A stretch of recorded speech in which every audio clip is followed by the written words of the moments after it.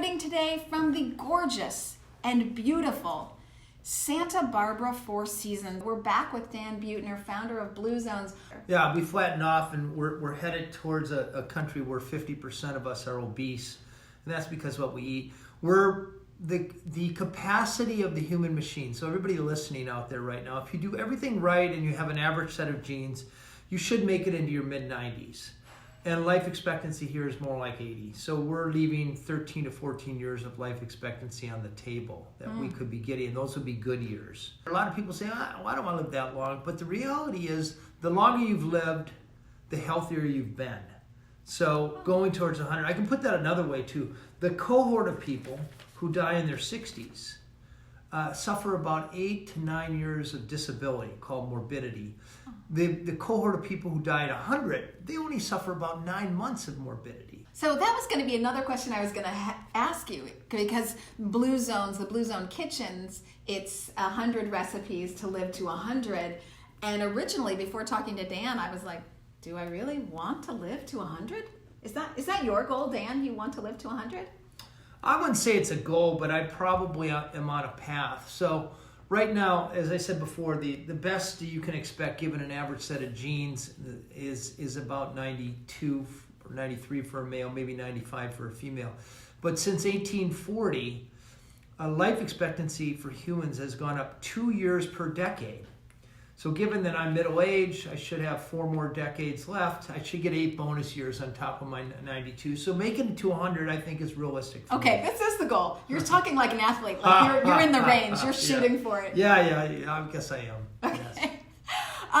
Let's not keep people waiting. Let's talk about, first of all, the cities that, because when you started looking into the Blue Zones, there were already 3 established cities, I think, that were living the longest around the world and were sort of established Blue Zones. And you went ahead and found 2 more. Is that right? Well, actually, when I started, there were no established Blue Zones. There was a paper in a Journal of Experimental Gerontology that referenced an area in Sardinia that these scientists were calling this one area a Blue Zone. Nobody knew about it. But I had the idea of taking the term and applying it. I went into the scientific literature, and I found this place, Okinawa, that had the highest concentration of women over 60 that made it to 100, and then Loma Linda, California, among the Adventists, where people are living about 7 or 8 years longer. And I basically named them as a Blue Zone and wrote a cover story for National Geographic about those 3 places. The idea was to find the common denominators that explain longevity in those 3 places. That book was a big hit. The magazine article was a big hit. So then I hired demographers to go out and look for more Blue Zones. And we found Costa Rica, the Nicoya Peninsula, and then finally the island of Icaria, Greece. And all those places, people are not only living a long time, but they're staying healthy into their 90s and even hundreds in some cases.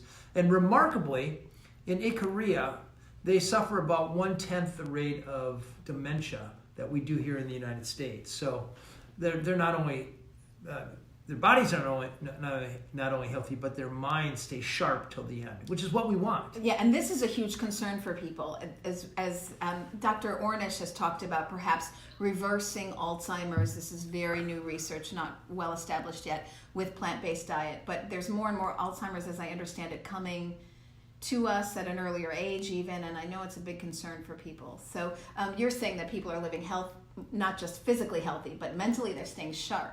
In Blue Zones. Meanwhile, in the United States, in the last 20 years or so, the rate of dementia has almost doubled. So we're, and it's just so clear that heart attacks, cardiovascular disease, many types of cancer, especially cancers of the digestive tract, diabetes, dementia, they all have a root cause in what we're eating. Ultra-processed foods, meaty, sweety, crappy food. As we eat more and more of it, we get sicker and sicker. But we don't want to acknowledge it. And the frustrating thing here is it is totally within our control. A lot of people say, well, it's genetics, or these things just happen and we don't know how. But actually, we really do, and it's all in our control, and we have the ability to reverse it.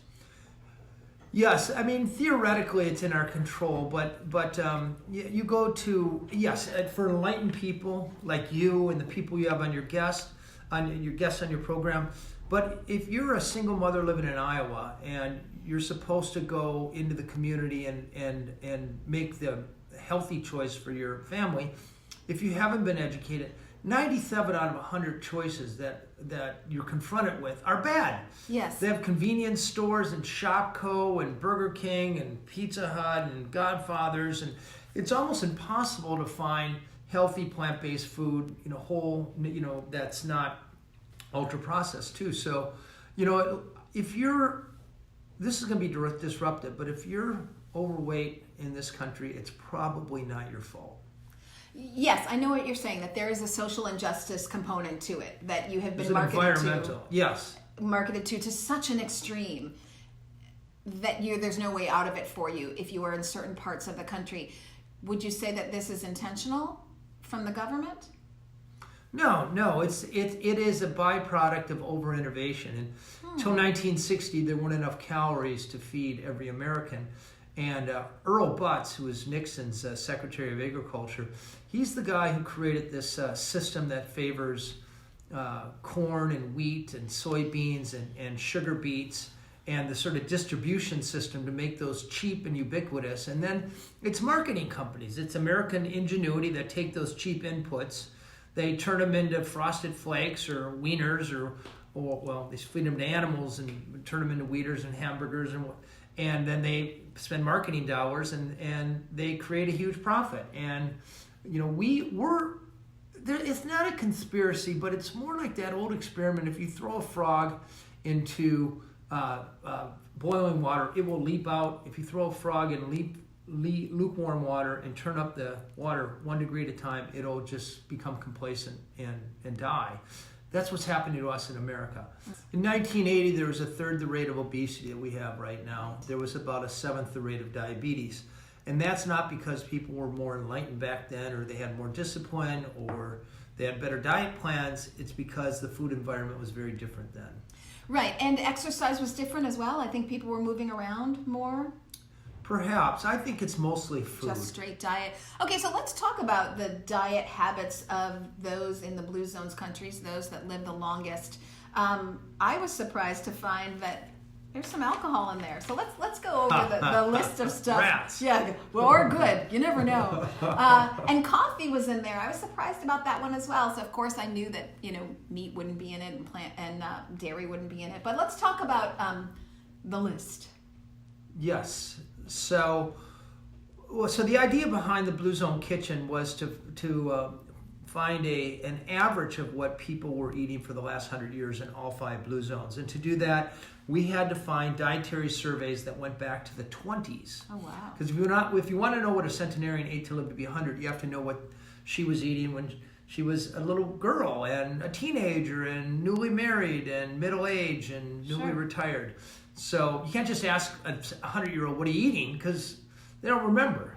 So on average, people are eating 90 to 95% plant-based. And the 5 pillars of every longevity diet in the world are whole grains. This sort of shocks the anti-gluten crowd because you clearly see wheat in the Mediterranean Blue Zones, corn in the Latin American Blue Zones, and rice in the Asian Blue Zones. Greens of all kinds. Sure. The greens that we'd weed whack from our backyard. They're making beautiful salads and pies out of them. Tubers, potatoes, but especially sweet potatoes. And the skins of sweet potatoes. Yes, purple sweet potatoes in Okinawa, known as imo, which is about 60% of their dietary intake till about 1970. And then nuts of every kind, and then the cornerstone of every longevity diet in the world is beans. If you're eating about a cup of beans a day, it's probably worth about 4 extra years of life expectancy.